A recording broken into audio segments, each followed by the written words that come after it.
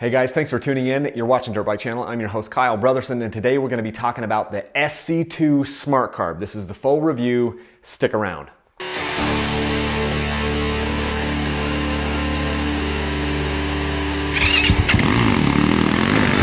Okay, so I have to squeak this review in before this bike ships out. I'm just squeaking it under the wire because this is one of my sweepstakes bikes that I gave away.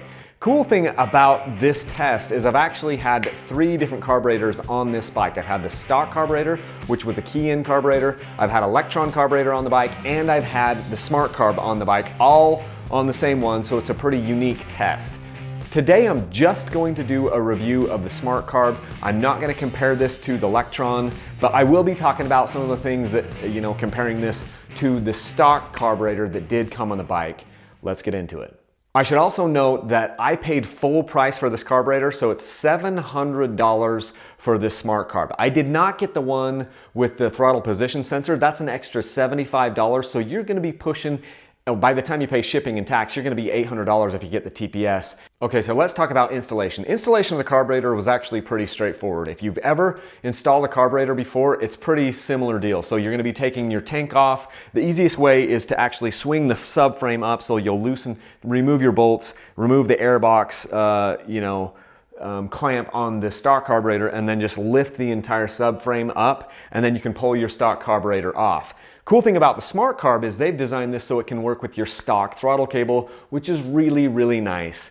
So installation of this was actually quite easy on this bike in particular because I didn't have to shave the air boot for the vent scoop. That vent scoop that you're looking at right now helps the carburetor to be internally vented, so it doesn't need quite so many vent lines. It's a pretty cool feature, but in some air boots, it might require you to trim it, which I will talk about right now. And some airbox boots have enough material there that it'll cover that. So if you're using like a Sherco, if you're installing this on a Sherco, I know because I've got a buddy that just did it recently, you've got to trim out the airbox boot, which is kind of a downer. I'm not sure if you have to do that on the KTMs, but I didn't have to do that here on the Beta, so installation was very straightforward. Stock throttle cable, didn't have to modify anything, and the carburetor went on really easily. They also sent a really good installation manual and tuning manual right here, which has all of my data on this. It says the serial number of the actual carburetor, the metering rod that is in here, and the factory tuned clicker count as far as clicker from richer or leaner, how many clicks. This one is 79 clicks, and they tell you your rod length in inches here down to the thousandths of an inch, tells you what your idle set screw is. So this is a nice touch. It's a pretty nice manual. And I should also say the packing on this thing was really nice. The way that they packed everything into the package and everything, it was super nice. And the manual is really good for you to kind of get to know your carburetor. As far as how the bike ran, it started right up. As soon as I hit the starter, the thing fired up to life, and that was a good sign. This Beta was always a quick starter, so that was good. Then on my first ride out, I ended up going up to about 8,000 feet, and the bike started and it ran fine, but it was just a little bit fat. That is to say that it ran just a little bit rich for my liking. Now, here's where the Smart Carb really comes in awesome. I was able to lean the carburetor out right there on the fly. The way that it works is you just grab your throttle, you go full wide open on the throttle, and then you reach down here. On the top of the carburetor, there's a brass screw. You push that down to engage the clicker mechanism, and then you just turn. There's one, and one turn that way. I just turned it right, and right is richer. I turn it left, there's one click, left is leaner. So it's really easy to remember, left is leaner, right is richer. I wanted to show you how the Smart Carb is able to adjust on the outside of the carburetor. This, if you pulled see this little screw up here, this is the brass screw. It's got a little basic head on this, and that head goes down here and it can move the metering rod up and down. So when you pin your throttle to fully open like that, you're essentially pulling that slide up into that little nut. And then you push this down, and then you're able, if I can get that to work, you push this down, if I can get it all to line up here, you push that down, and then you're able to turn this because you're essentially engaging that screw head or that screw head down into this side here where you can pull this metering rod up and down. So it's a pretty ingenious design, and that's how it works. So you pin your throttle all the way wide open like that. It will bring this up into here, and then you can push down on your metering rod adjustment thing here and then give it some clicks one way or the other. It's not working super well when I don't have it all bolted together, but it works fantastically once this is all inside the carburetor. That is an amazing part about this carburetor. The fact that we can lean it or enrichen it here out on the trail or anywhere without tools, that's probably the best thing about this carburetor. And I did that. I ended up, leaning it out. I can't remember, like 5, 6, 7 clicks right there, and I got it to kind of clean up the way that I wanted it to run.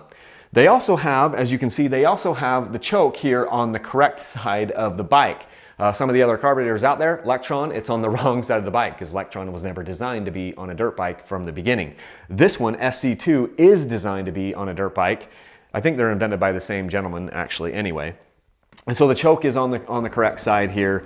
You can adjust your metering on the fly, which is, well, not on the fly, but you can adjust it out on the trail without any tools. The bike has to be off, so you're not doing it on the fly. You have to have the throttle full open. You can't do that with the bike running. So you've got, and another thing I love about it is you actually have your idle adjustment right here that you can do with no tools. I don't know why all carburetors aren't like this, but the fact that you can adjust this carburetor with no tools at all is awesome. The other thing that's great about it is it does self-meter. So if you're going up in elevation or down in elevation, it self-meters. And so the setting that you set the carburetor up as far as how rich or how lean, that kind of prevails as you go up and down in elevation. So this carburetor is really good for the rider who rides one week at 3,000 feet or 1,200 feet, and then the next week at 10,000 feet. I get a lot of guys that contact me from like Phoenix area, and they're at like 1,200 feet when they're in the Phoenix Valley, and then maybe they go north up to Flagstaff and they can get up to 10,000 feet.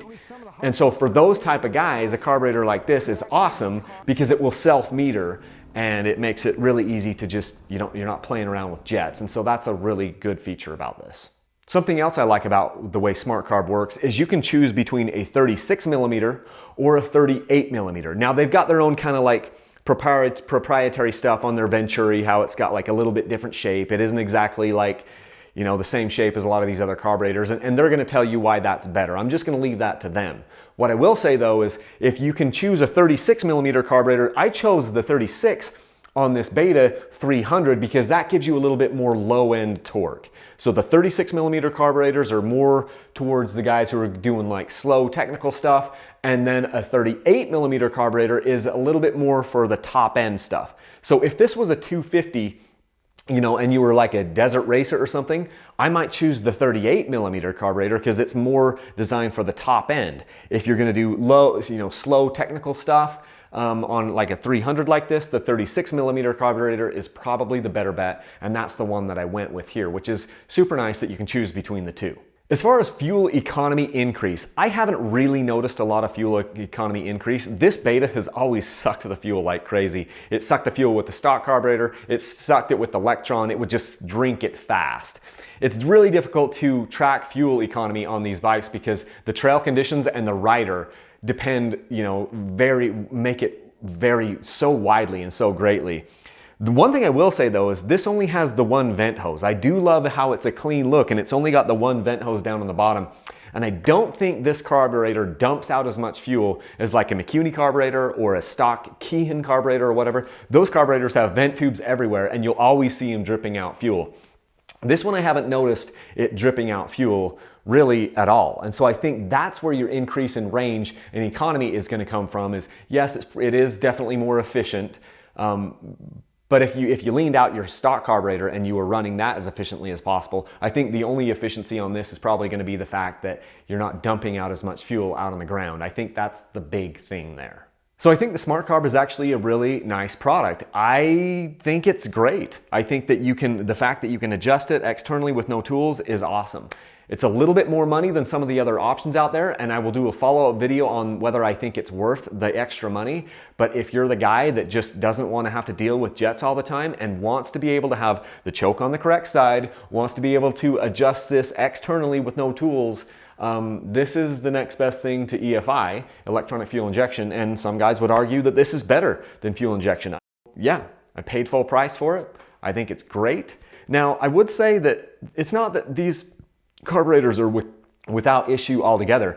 So for the first time ever, I've had a throttle slide come apart inside the carburetor when nothing was actually broken. Maybe this throttle cable wasn't kind of perfect.